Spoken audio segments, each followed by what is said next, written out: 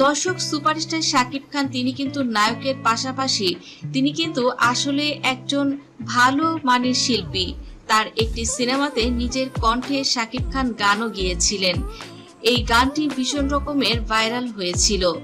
এই শাকিব খান, তার ভিতরে যত রকমের গুণ আছে, এই গুণের কারণেই দর্শকদের মাঝে এখনো পর্যন্ত রাজত্ব করে বেড়াচ্ছে। দর্শকের ভালোবাসার মণিকোঠায় সুপারস্টার শাকিব খানের নামটি এখনো পর্যন্ত মানুষ মনে রেখেছে এবং যতদিন সূর্য জ্বলবে শাকিব খানের নাম ভক্তদের হৃদয়ে, এমনটি স্লোগানও দেন শাকিব খানের ভক্তরা।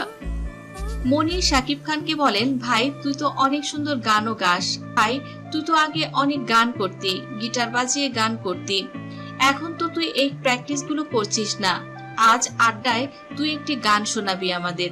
শাকিব খান বললেন, ঠিক আছে, দেখা যাবে কি করি। অনেকদিন আসলে গান করি না, গান যে আমি একসময় গাইতাম সেটাও ভুলে গেছি। অপু বিশ্বাস বললেন, ঠিক আছে, আজ রাতে আমরা কেউ ঘুমাবো না, আমরা সবাই একসঙ্গে আনন্দ করব আর সেহরি পর্যন্ত জেগে থাকবো। সেহরি করে একসঙ্গে নামাজ পড়ে তারপরে সকালে ঘুম দেব। কাল আর শুটিংও যাব না, কোনো কাজ করব না।